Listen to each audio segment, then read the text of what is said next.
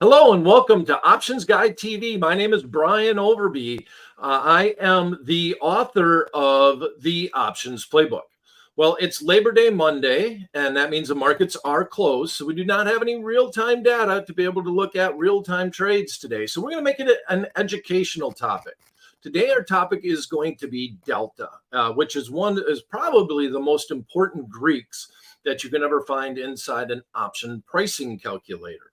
So we'll talk about the Greeks, define it, and then we're going to take it and go to a live chain inside the TradeHawk software and talk about how the delta reacts within that chain. And we'll look at call deltas, we'll look at put deltas, but to start with, let's define what delta is. So I'd like to go to the options playbook and look at the section that's called Meet the Greeks. It's under the Options Basic tab, and I'll just kind of point to that here inside the Options Playbook website. And we have all the different Greeks defined under this tab, but if I scroll down and I see the topic, what is delta? The textbook definition of delta, I think, is very boring, but I do, since we are talking about delta, I feel like I should actually define it as far as the textbook is concerned.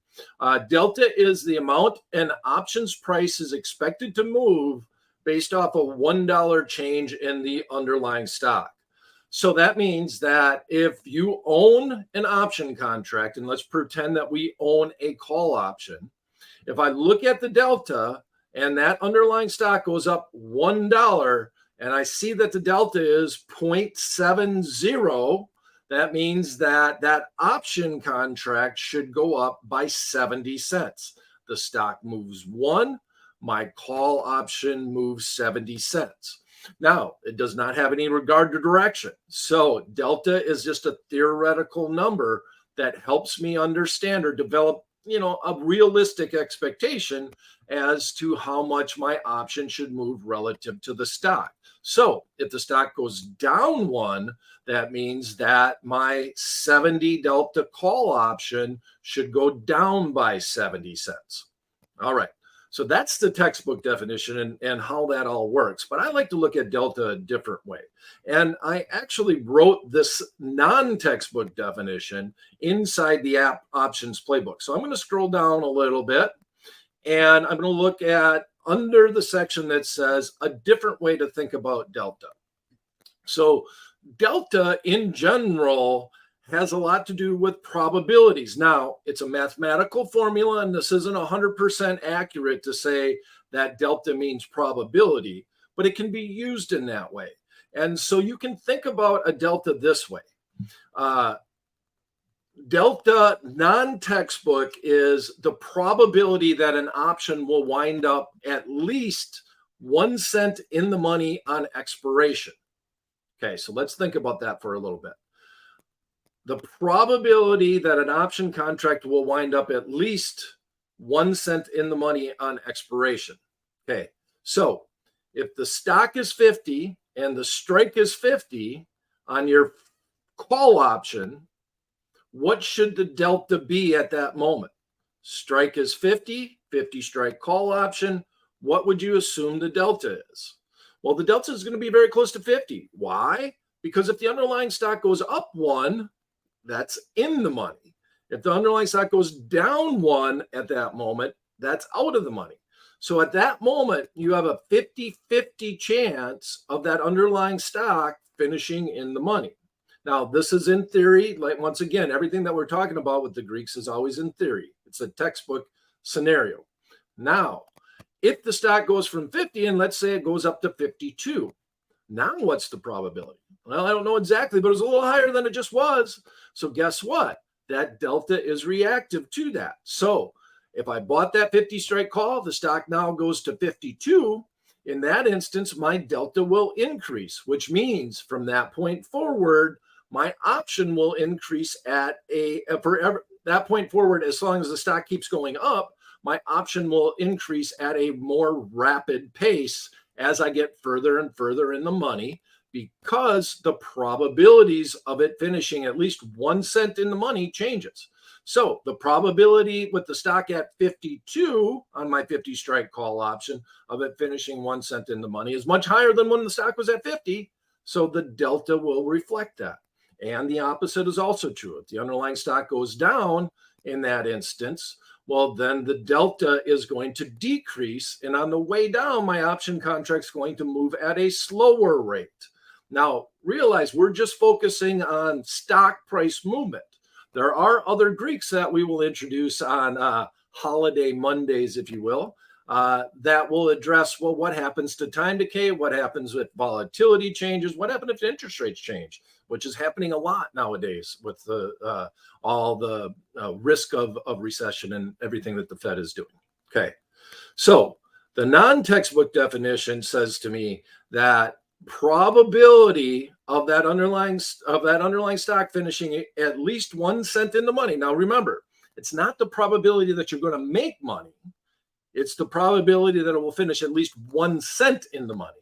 So if I think of delta that way, it helps me look at an option contract, say, I think the stock is going to go to here, and it'll give you some idea of where that'll give you some idea of how your option should react relative to that stock price movement. All right, so let's make a real world example, and we're going to bring in the puts into this example and talk a little bit about everything we just mentioned on the call options, but let's go and look also at the put options. All right, so I'm going to switch here. I'm going to move over from the options playbook site, and we're going to head into the Trade Hawk option grid. And I have all the Greeks highlighted inside this option grid, but we're going to use a very simple underlying stock, a very popular underlying stock, the SPY. And mainly because there's so much volume in the SPY, the theoretical that's behind the deltas and the gammas and the theta, all the Greeks, are pretty accurate. A lot of volatility helps that scenario as far as option trading is concerned. So right now we have the SPY at 450. The market is open. We're rocking and rolling. It is Friday that we're taping this before this Monday, so we do got live markets. And if I look at the 450 strike call option, which is on this side of the option chain here on the option grid, and I stare at that delta says 52. So that means that if you think about what we said in probabilities, we have 1 day, or we have the 6th expiration, which is 5 days away. And the probability of that call option being a little bit in the money right now, right? We're about 37 cents in the money. The probability of it finishing in the money is somewhere close to around 53%. So guess what? If we introduce the puts, we'll call it 54. Okay, we're at 54 now that I look at the chain. Then what's the probability of the put finishing in the money on the same strike line? Well, if you do a little bit of math and you say, okay, we have a 54%, we have a 54 delta on the call option. Well, it's got to add to 100, right? So if you take 100 minus 54, the put delta should be 46, because one of them has to be 1 cent in the money, either the call or the put when we get to expiration. I guess in theory it could land right at 450, but you get the concept. So if we look over here at this put delta, we see that delta on that strike, and it's just moved a little bit, is 45. It would be around 44, but we got a live market. So you add the call and you add the put, they got to be somewhere close to 100% because of the scenario here that either the call or the put option has to be in the money on expiration.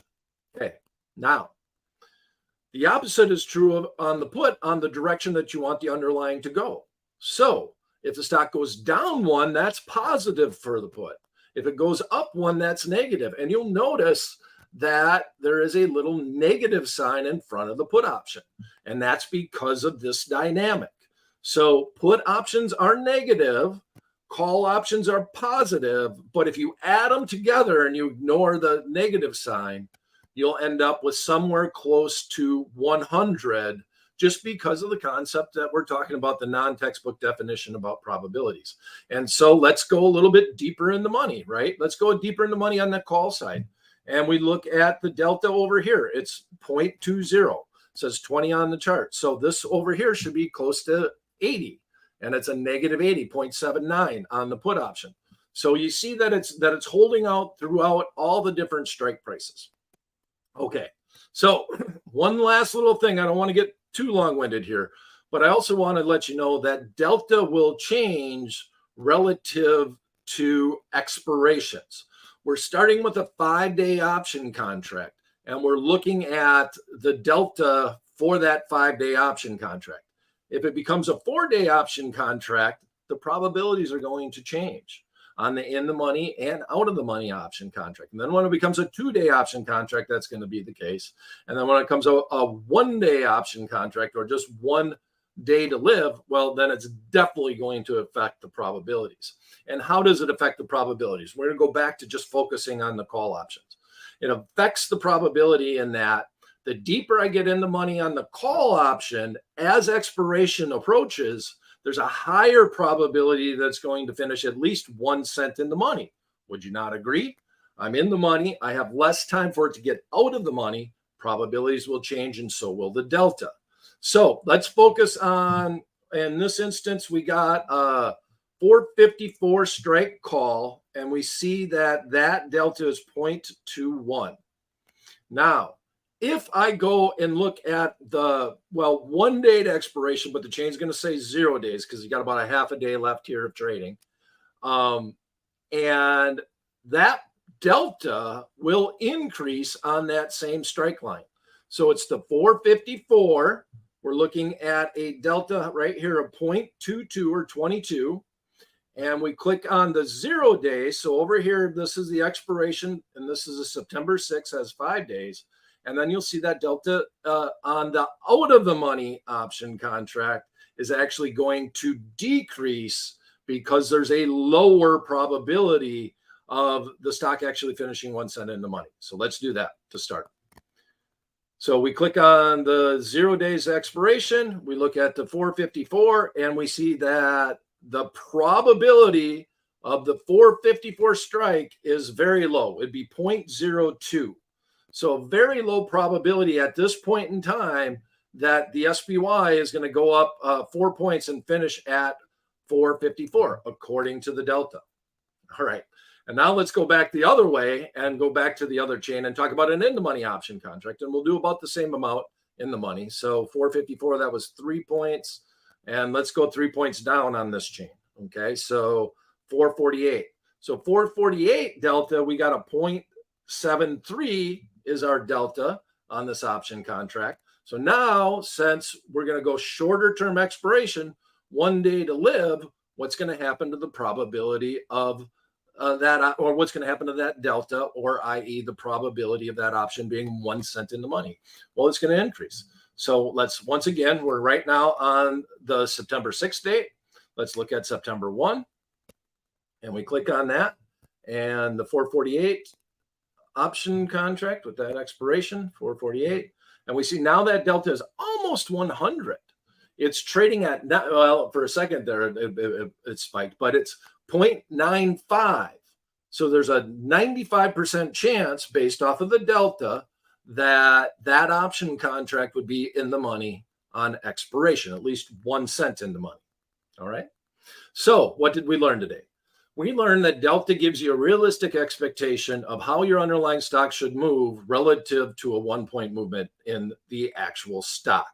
We also learned that that delta changes. Not only does it change as the underlying stock moves, but it also changes as the days to expiration change.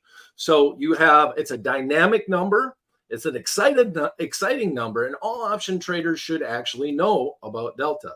Now, one little anecdote before I head out here. I used to work at the Chicago Board Option Exchange, and all the traders on the floor always reference delta whenever you would ask them a question. So I'd go up to my friend Linda and say, hey, Linda, do you want to go to lunch today? And Linda would be like, oh, 20 delta. I'm very slammed. There's no way I think I can leave the trading floor. Or, for example, you'd say the day is done. Hey, Linda, would you like to go across and hit happy hour over at the Cactus, which used to be right across the street from the Chicago Board Option Exchange? And Linda would be like, 80 delta on that. I think I can pull that off. I could really go over and enjoy happy hour. So every time you would ask a trader a question, a lot of times they would respond with X number of percentage on delta. So just a little fun anecdote from the trading floor. My name is Brian Overby. Thanks for coming to Options Guy TV. Please give us a thumbs up. We would appreciate it. And we'll see you Tuesday with live markets on the next Options Guy, or we'll see you Wednesday with live markets on the next Options Guy TV. Thanks for coming, everyone.